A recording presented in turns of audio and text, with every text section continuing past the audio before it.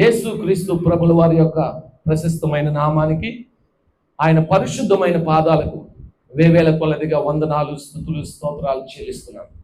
దేవుడు ప్రేమించి మన సంఘానికి ఇచ్చిన సంఘ పెద్దలకు, అలాగే దేవుని పిల్లలైన మీ అందరికీ ప్రత్యేకమైన వందనాలు తెలియజేస్తున్నాను. సేవకులకు కూడా ప్రత్యేకమైన వందనాలు తెలియజేస్తున్నాను. దేవుని నామానికి మహిమ కలుగును గాక. హల్లెలూయా, హల్లెలూయా.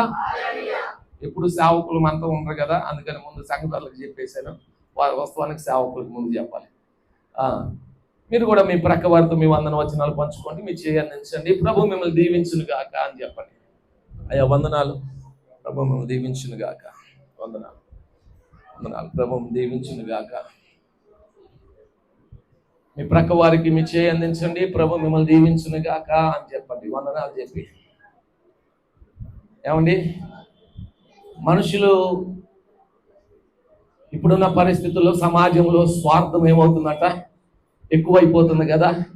ఆ స్వార్థం తగ్గించాలనే ప్రయత్నం. ఏమంటే మనమే బాగుండాలనే పరిస్థితి నుండి అందరూ బాగుండాలనే పరిస్థితికి మనం ఏమవ్వాలంట, రావాలి. అందరూ బాగుండాలనే పరిస్థితికి రావాలి. ప్రియ దేవుని బిడ్డలారా, ఈరోజు సమాజం ఎలా ఉందంటే, ఒకప్పుడు ఉమ్మడి కుటుంబాలు ఉండేవి, ఒకప్పుడు ప్రేమలు, ఆప్యాయతలు, అనురాగాలు ఉండేవి. ఎవరికి ఏ బాధ వచ్చినా వారు కూడా బాధపడే పరిస్థితులు ఉండేవి. ఇంతకు ముందు తల్లిదండ్రులు, అన్నదమ్ములు, రక్త సంబంధులు, అత్త మామలు, అన్ని రిలేషన్స్ ఉండేవి. ఆ రిలేషన్స్ ఆ తర్వాత కుటుంబానికి వచ్చినాయి, తల్లిదండ్రుల వరకే వచ్చినాయి, పిల్లల వరకే వచ్చినాయి. ఆ రిలేషన్స్ తల్లిదండ్రుల దగ్గర నుండి పోయి భార్య పిల్లల వరకే వచ్చినాయి. ఆ తర్వాత రిలేషన్ ఎలా పోయిందంటే, భార్య దగ్గర నుండి పిల్లల దగ్గరికి వచ్చింది. ఆ రిలేషన్ కాస్త పోయి పిల్లల దగ్గర నుంచి కూడా ఎక్కడికి వచ్చిందో తెలుసా, నేను బాగుంటే చాలు అనేదాకా వచ్చినాయి. ఏమండి, ఈరోజు స్వార్థం మనుషులు ఎక్కడ రాకుండా వచ్చిందో తెలుసా, నేను బాగుంటే చాలు, నేను తింటే చాలు, నా తర్వాతే భార్య అయినా పిల్లలైనా అనే పరిస్థితుల్లోకి, నా తర్వాత ఎవరైనా అనేంత స్వార్థం ఈ సమాజంలో ఈరోజు ఏమైందంట, పెరిగిపోయింది. కానీ దేవుని పిల్లలమైన మనలో అలాంటి స్వార్థం అనేది ఏం చేయకూడదంట, పని చేయకూడదు. మనం ఎప్పుడు మనమే బాగుండాలనుకోకూడదు. మనం ఏమనుకోవాలంటే, ఇతరులు కూడా బాగుండాలి, అందరూ బాగుండాలని మనం కోరుకోవాలి. అందుకని మీ చేత ఏం చెప్పిస్తానంటే, ప్రక్క వారితో దేవుడు మిమ్మల్ని దీవించునుగాక. దేవునికి స్తోత్రం. హల్లెలూయా, హల్లెలూయా. ప్రభునందు ప్రియులారా, క్లుప్తంగా కొద్ది నిమిషాలు పరిశుద్ధ గ్రంథములో నుండి కొన్ని మాటలు ధ్యానం చేద్దాం. నేను గతంలో ఒక ప్రశ్న అడిగాను, అది మరలా నాకు వాక్యం అయిన తర్వాత జ్ఞాపకం చేయండి. దాని గురించి నేను మాట్లాడతాను. చూడండి, పరిశుద్ధ గ్రంథాలు ఉన్న వారందరూ సమూయేలు 2వ గ్రంథం, సమూయేలు 2వ గ్రంథం 6వ అధ్యాయం 11వ వచనం ఒకసారి చదువుకుందాం. సమూయేలు 2వ గ్రంథం 6వ అధ్యాయం 11వ వచనం. యెహోవా మందస్సము 3 నెలలు గిత్తీయుడగు ఓబేదెదోము ఇంటిలో ఉండగా, యెహోవా ఓబేదెదోమును అతని ఇంటి వారందరినీ ఆశీర్వదించెను. దేవునికి స్తోత్రం. హల్లెలూయా. ప్రభునందు ప్రియులారా, మీకు ఇంట్రడక్షన్ గా కొన్ని విషయాలు మీకు తెలియజేసి వాక్యంలోనికి నేను వెళ్ళాలి. అయితే ఒక ప్రశ్న మీకు ముందుగా, ఈరోజు మనం నేర్చుకుంటున్నటువంటి వ్యక్తి పేరేంటండి, ఓబేదెదోము. అతని ఇంటిలో మందసం 3 నెలలు ఉందంట. 3 నెలలు అతని ఇంటిలో మందసం ఉండటం వలన దేవుడు అతని ఇంటిని, అతనికి కలిగిన సొత్తంతటిని కూడా ఏం చేశాడు, ఆయన ఆశీర్వదించాడు. ఓబేదెదోములో 2 పేర్లు ఉన్నాయి. మొదటిది ఓబేదు, ఓబేద్. రెండవది ఎదోము. ఓబేద్ ఎవరో మీలో ఎవరికైనా తెలుసా? ఓబేద్ ఎవరో మీలో ఎవరికైనా తెలుసా?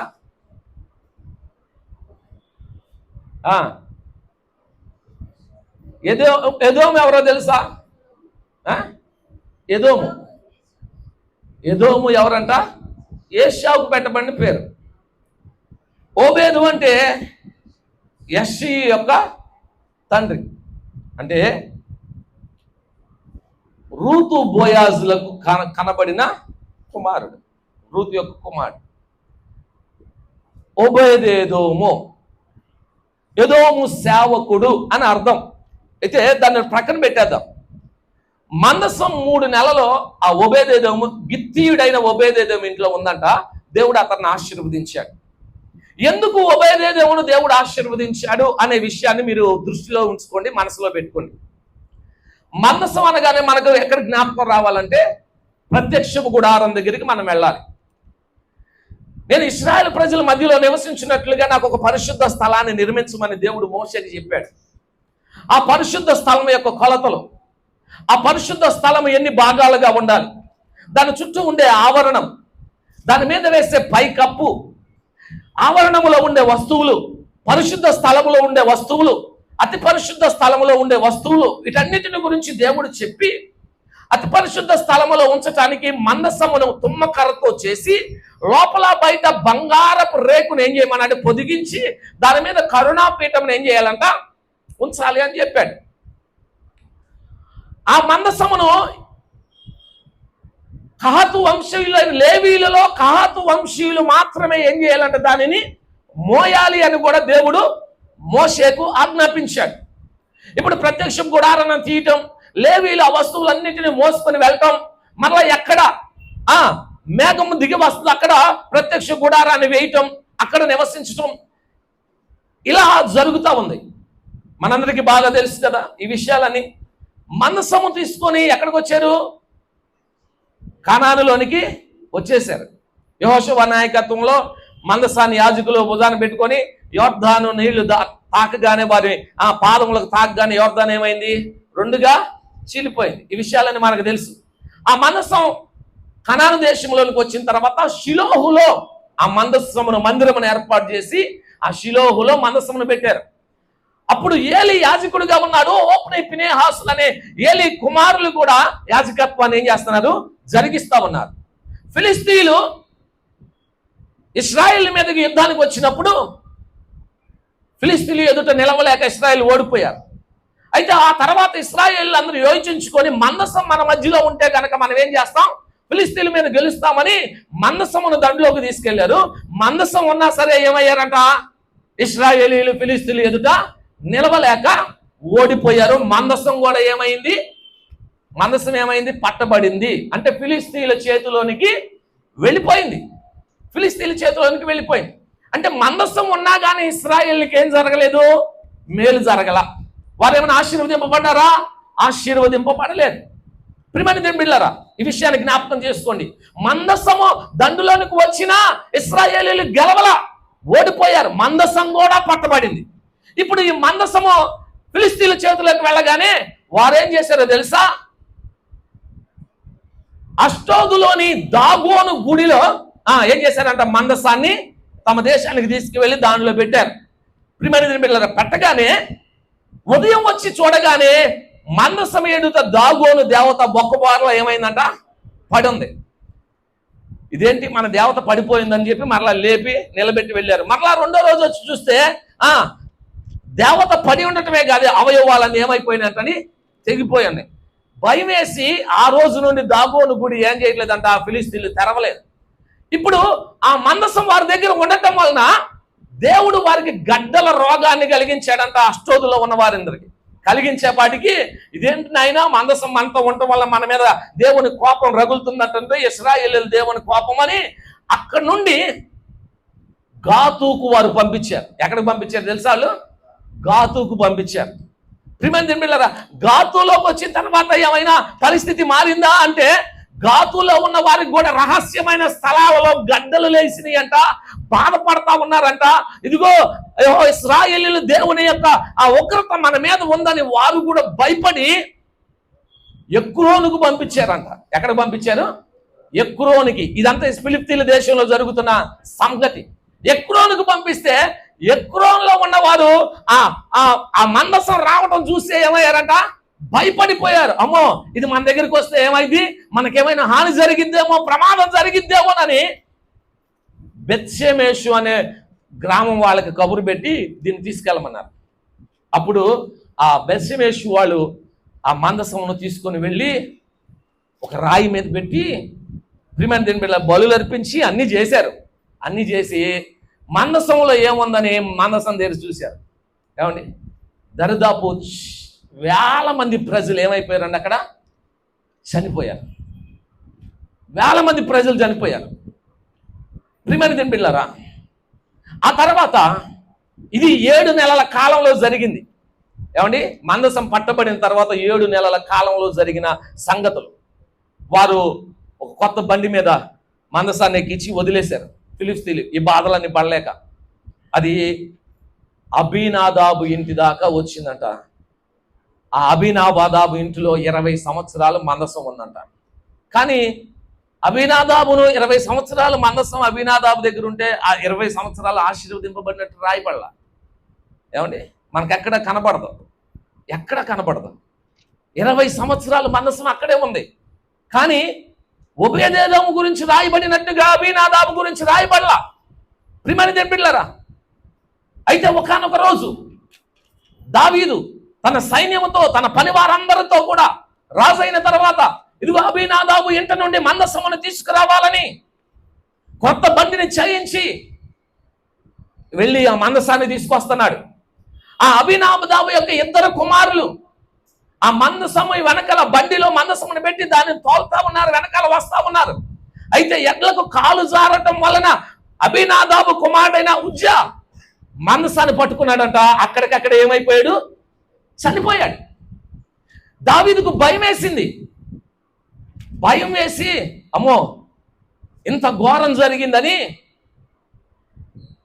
దావీదు పురానికి యెరూషలేముకు తీసుకువెళ్ళటానికి భయపడిన వాడై గిత్తీయుడైన ఓబేదేదోము ఇంటిలో ఏం చేశాడంట? మందసాన్ని పెట్టాడు.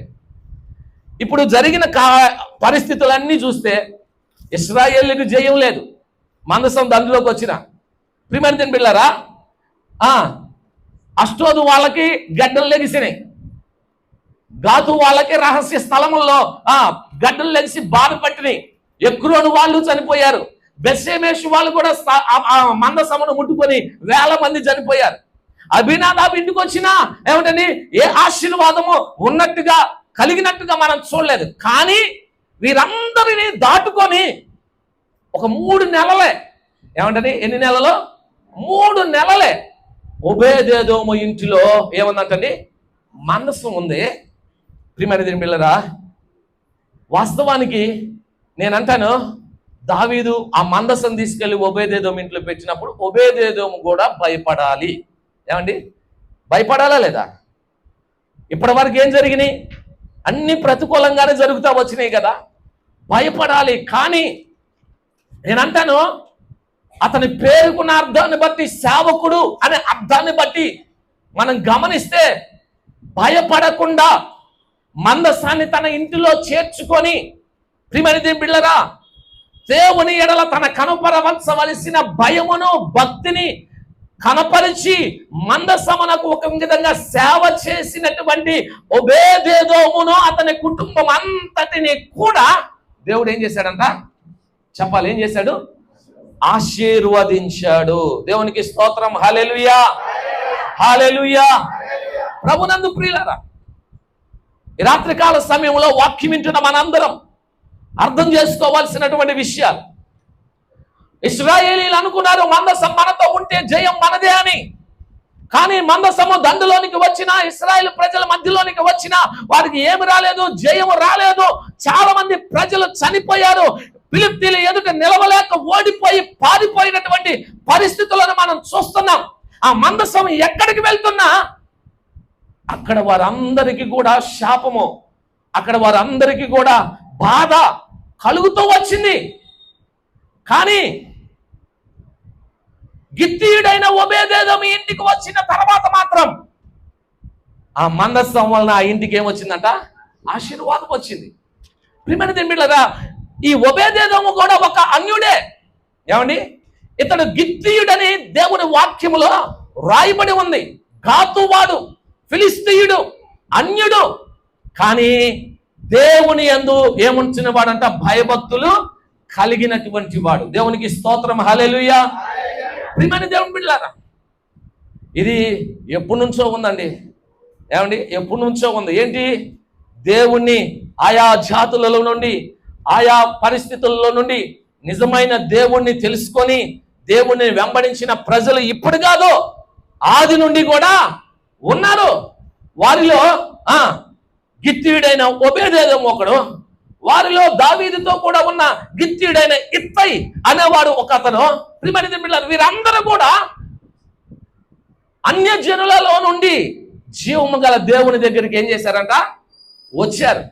ఈరోజు ఎలాగున్న ప్రజలు ఎందరో ఆయా కులాలని, ఆయా మతాలని, ఆయా జాతులని, ప్రియమైన బిడ్డలారా, వాటిలో నుండి నిజ దేవుడైన యేసయ్యను తెలుసుకొని ఎలాగున ఆయన దగ్గరికి వస్తా ఉన్నారో,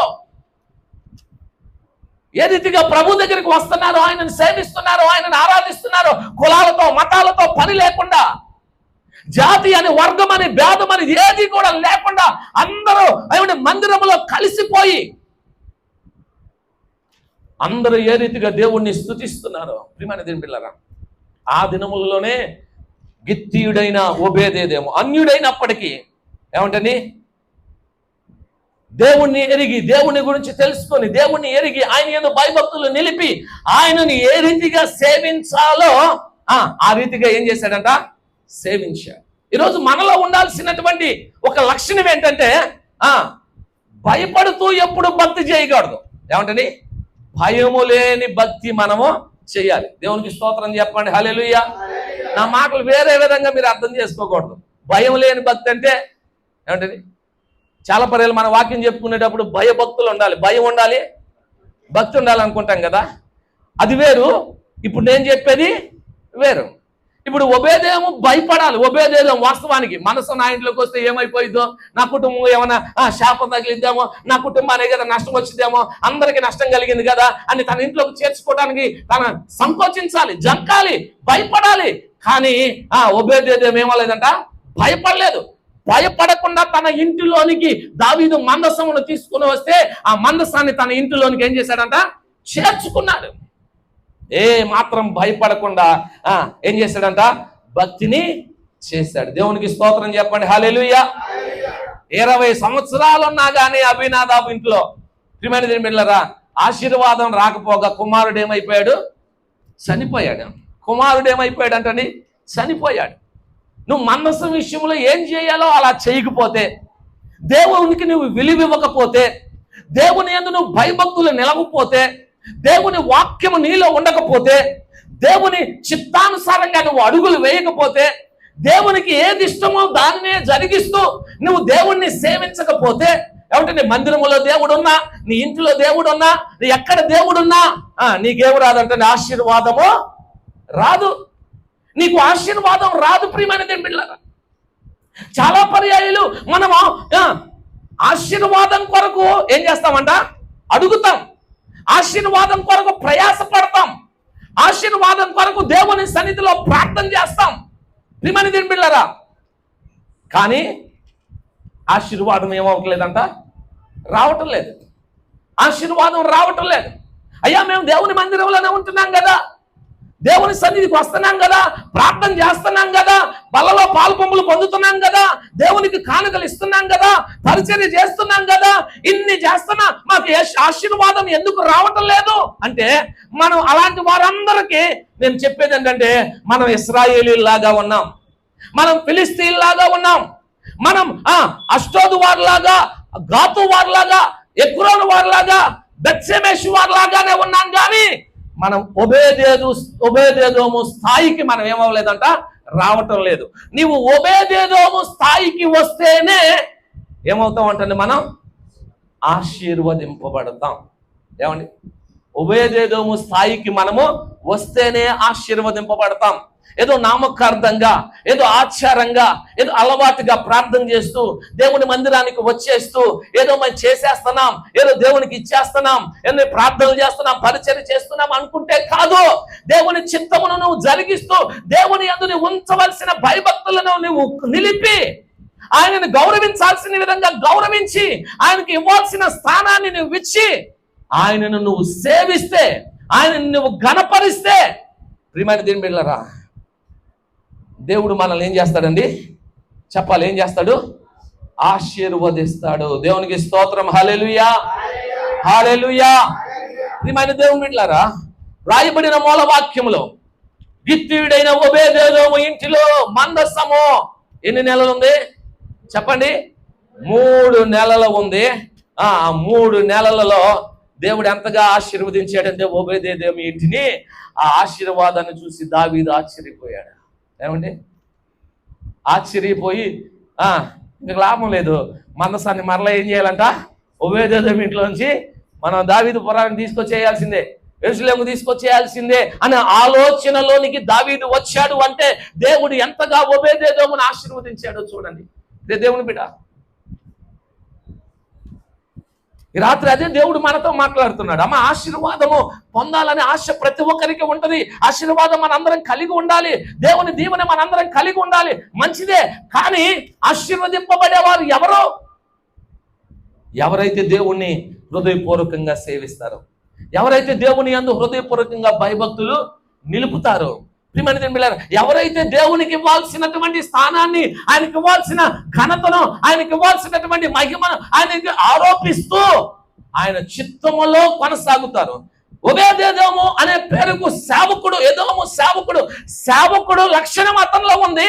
మందసానికి ఎలా సేవ చెయ్యాలో, ఎంతగా సేవ చెయ్యాలో, ఏ రీతిగా సేవ చెయ్యాలో అంతగా మందసమునకు సేవ చేసి దేవుని ఆశీర్వాదాన్ని ఏం చేశాడండి, పొందుకున్నాడు. దేవుని ఆశీర్వాదాన్ని పొందుకున్నాడు. దేవుని పిల్లరా, ఆ ఆశీర్వాదము ఎలాగుందో తెలుసా? అతడు అన్యుడే కావచ్చు, కానీ అతడు దేవుని మందిరములో ద్వారపాలకుడిగా మారేంత ఆశీర్వాదం. పాటలు పాడేవారితో కూడా కలిసి దేవుణ్ణి స్తుతించే దావీదు యొక్క ఆ రాజ్యములో దేవుణ్ణి స్తుతించేంత ఆశీర్వాదం. చూడండి ఒకసారి ఆ మాటలు మీకు చూపిస్తాను. దినవృత్తాంతాల మొదటి గ్రంథం 15-18 ఒకరు చదవండి.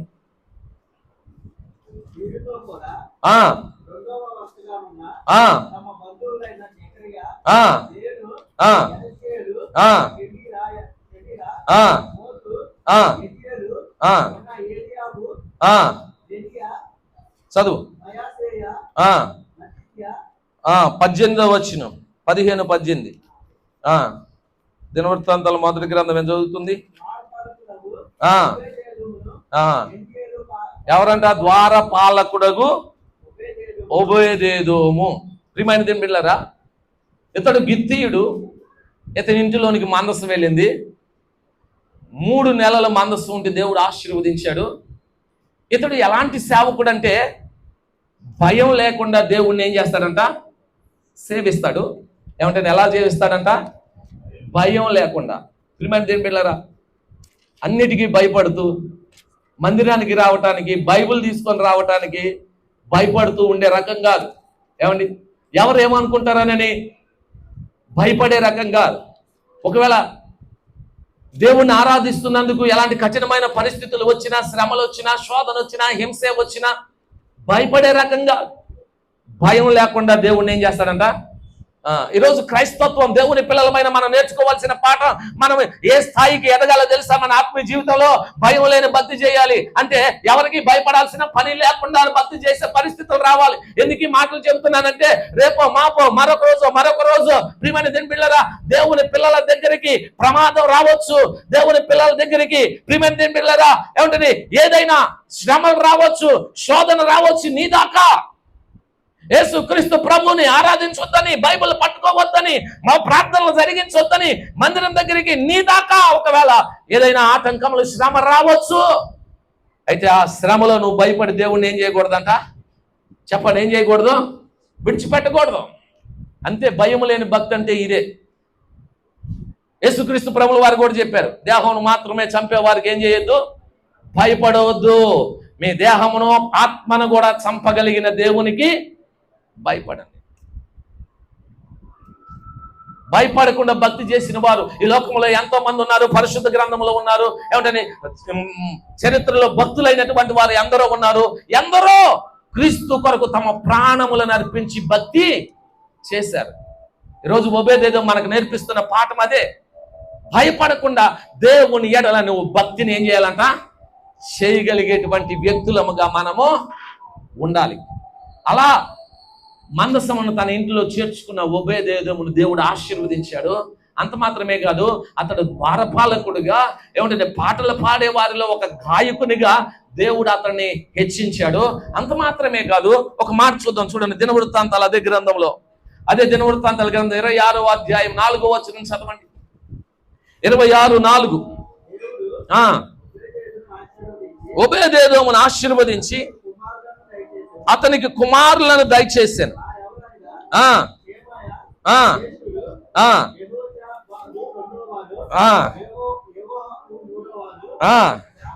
దరిదాపు 8 మంది ఉన్నారంట. దరిదాపు ఎంతమంది? ఆ పేర్లన్నీ చదవటం కొంచెం కష్టంగా ఉంటది, కానీ ఎంతమంది పిల్లలంట? 8 మంది పిల్లలు. ఈ 8 మంది పిల్లలు కూడా ఎక్కడ పనిచేస్తున్నారో తెలుసా? ఎక్కడ? దేవుని మందిరములో ద్వారపాలకులుగా వారు కూడా దేవుని మందిరంలో సేవ చేస్తూ ఉన్నారు. అలాగున దేవుడు ఒబేదెదోము కుటుంబాన్ని ఏం చేశాడు? ఆశీర్వదించాడు. దేవునికి స్తోత్రం చెప్పండి, హల్లెలూయా. ఒబేదెదోము కుటుంబం అంతటిని ఆశీర్వదించాడు. దేవుని మందిరంలో ఉన్నాడు, దేవుని సేవ చేస్తున్నాడు. అంత మాత్రమే కాదు, తనకివ్వబడిన 8 మంది కుమారులు, 8 మంది కుమారులు అంటే 8 మంది కూడా దేవుని మందిరంలో ఏం చేస్తున్నారట? సేవకులుగా మారి దేవుని సేవ చేశారు. దేవునికి స్తోత్రం, హల్లెలూయా. అంటే ఎంతగా ఒబేదెదోమును దేవుడు ఆశీర్వదించాడు అంటే, ఎందుకు ఒబేదెదోము మాత్రమే ఆశీర్వదింపబడ్డాడంటే, మరలా మీకు చెప్తున్నాను, మాకు అర్థమైంది కదా. వారందరూ ఆశీర్వదింపబడకపోవటానికి ఒబేదెదోము మాత్రమే ఆశీర్వదింపబడటానికి కారణం ఏంటంటే, దేవుని బిడ్డలారా, కొందరు మాత్రమే ఆశీర్వదింపబడటానికి, అందరూ మందిరానికి వచ్చే వాళ్ళు అందరూ ఆశీర్వదింపబడక కొందరు మాత్రమే ఆశీర్వదింపబడ్డ కారణం ఏంటయ్యా అంటే, వారు దేవునికి ఇవ్వాల్సిన ప్రాధాన్యతన ఇస్తారు. దేవుని సేవించాల్సిన రీతిగా వారు ఏం చేస్తారంట? సేవిస్తారు. దేవుని యందు ఉంచాల్సిన భయభక్తులు వారు ఉంచుతారు. దేవుని చిత్తము ఏదో ఉందో అది దానిని వారు ఏం చేస్తారంట? జరిగిస్తారు. అల్లాటప్పగా భక్తి చేయరు, సేవ చేయరు. ప్రియమైన దేవుని బిడ్డలారా, ఏదో నామకార్థంగా వచ్చిపోయేవారుగా ఉండరు. వారి హృదయం దేవుని మీద ఉంచి, దేవుని సేవించటానికి, దేవుని ప్రేమించటానికి, దేవుని వెంబడించటానికి ఎప్పుడు కూడా వారు ఆసక్తి కలిగి ఏం చేస్తారంట? ఉంటారు.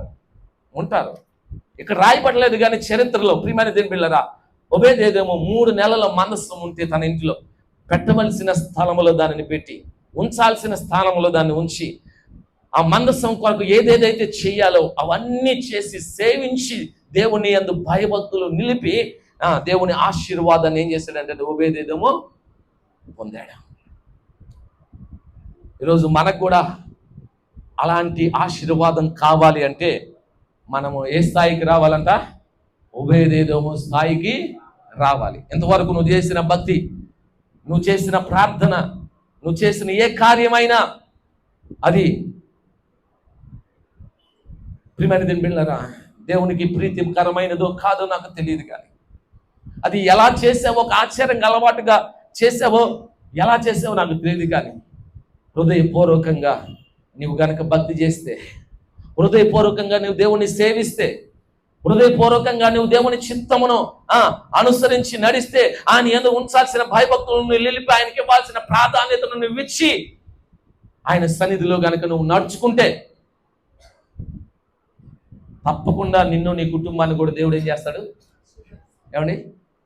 ఆశీర్వదిస్తాడు. ఆయన ఆశీర్వదించే దేవుడే. అవునంటారా కాదంటారా? ఆయన ఆశీర్వదించే దేవుడే.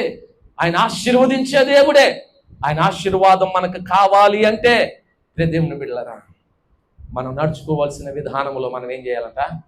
నడుచుకోవాలి. ప్రభువును సేవిద్దాం, ప్రభువును వెంబడిద్దాం, ప్రభువును ప్రేమిద్దాం, ఆయన యందు ఉంచాల్సిన భయభక్తులు ఆయన సన్నిధిలో నిలుపుదాం, ఆయన చిత్తాన్ని జరిగిద్దాం. దేవునికి ఇవ్వాల్సిన ప్రాధాన్యతను ఎక్కడ తగ్గించనివ్వకుండా ఆయనకి ఇవ్వాల్సిన ప్రాధాన్యత నుంచి ఆయన సన్నిధిలో ముందుకు కొనసాగుదాం. ఒబేదెదోము ఆశీర్వదింపబడ్డాడు. ఆ తర్వాత దావీదు వచ్చాడు. అప్పుడు గాని జ్ఞానోదయం అవ్వలేదు దావీదు గారికి. ఆ తర్వాత మరలా సైన్యాన్ని తీసుకొచ్చాడు. ఈసారి ఎడ్లు బండి తీసుకురాలేదండి, ఎడ్ల బండి మీద ఎక్కలేదు మందసం. ఎందుకంటే మందసాన్ని ఎవరు మోయాలని దేవుడు చెప్పాడు మోషేతో. ఎవరు మోయాలి? లేవీలు మోయాలి. లేవీల్లో ప్రత్యేకంగా అతి పరిశుద్ధ స్థలములు ఉండే వాటిని కహాతు వంశస్థులే మోయాలి. ఏమిటని? కహాతు వంశస్థులే మోయాలి.